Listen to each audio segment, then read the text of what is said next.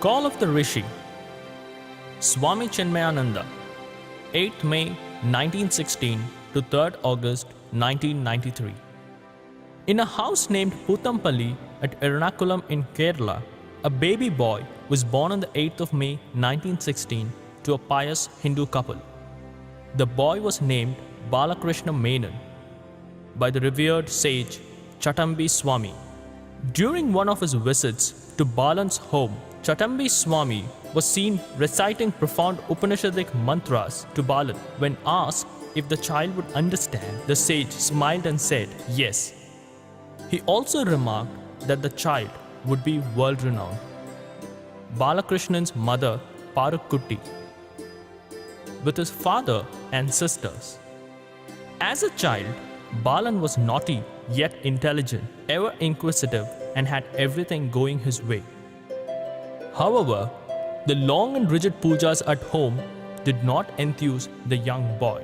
To fight boredom, he spent his time in creative games of mental visualization of Lord Shiva. No one, including him, knew at that time that he was actually practicing steps that would lead him to meditation. As a collegian, he was fashionable, stylish, tall, dark and handsome. Balan grew up to be a rebellious youngster. His inquisitive mind was not satisfied with the superstitious aspects of religion. As he was not exposed to the philosophy of religion, he turned atheist. Having completed school and early college in Kerala, Balan joined the Lucknow University to pursue English literature, law, and journalism.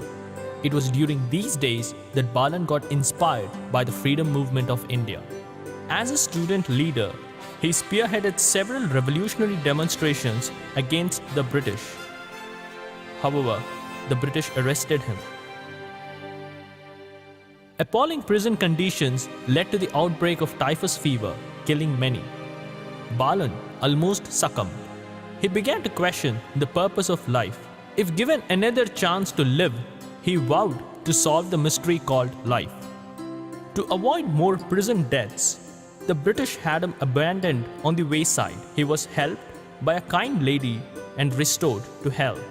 Intent on pursuing a career in journalism, Balan wrote columns for newspapers under the pseudonym Mochi. The articles soon gained popularity and Balan joined the National Herald as a sub-editor. He soon decided to go to Rishikesh and expose the bluff of the sadhus, whom he then considered as mere social parasites. At Rishikesh, he met Swami Shivananda and his disciples and stayed in the ashram to watch them critically day and night. Swami Shivananda. Inspired by the dynamism and discipline of the spiritual life, Balan plunged into deep spiritual study. Balan started spending time in contemplation and meditation. He started to see the science of Vedanta, which he rejected earlier, in a completely new light.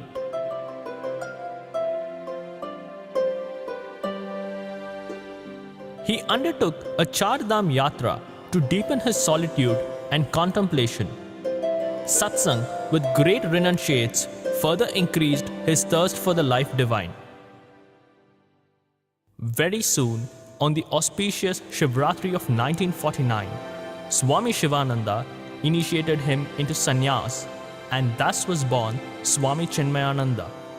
So began the journey of a master, the making of a legend, the founding of a life beyond lifetimes. Seeing his thirst to study the Upanishads, Swami Shivananda guided him to Swami Tapovan Maharaj of Uttar Kashi. Swami Tapovan Maharaj.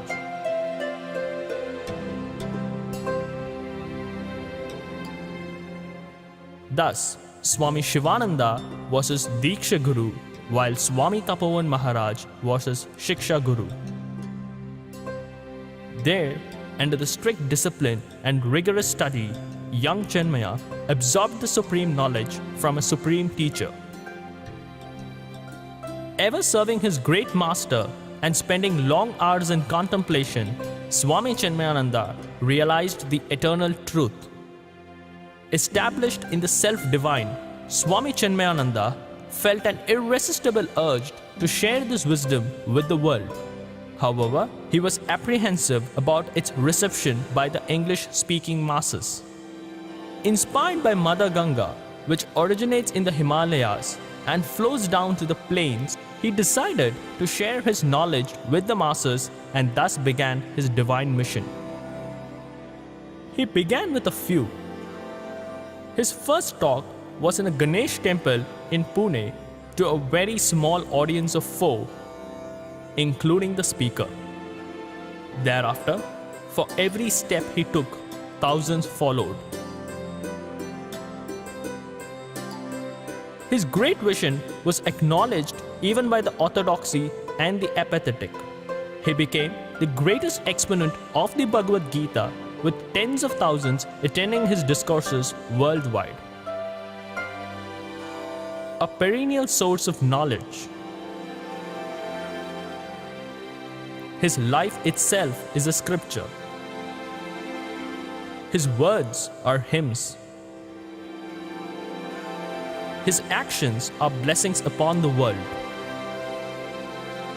He is fulfilled. He is perfect.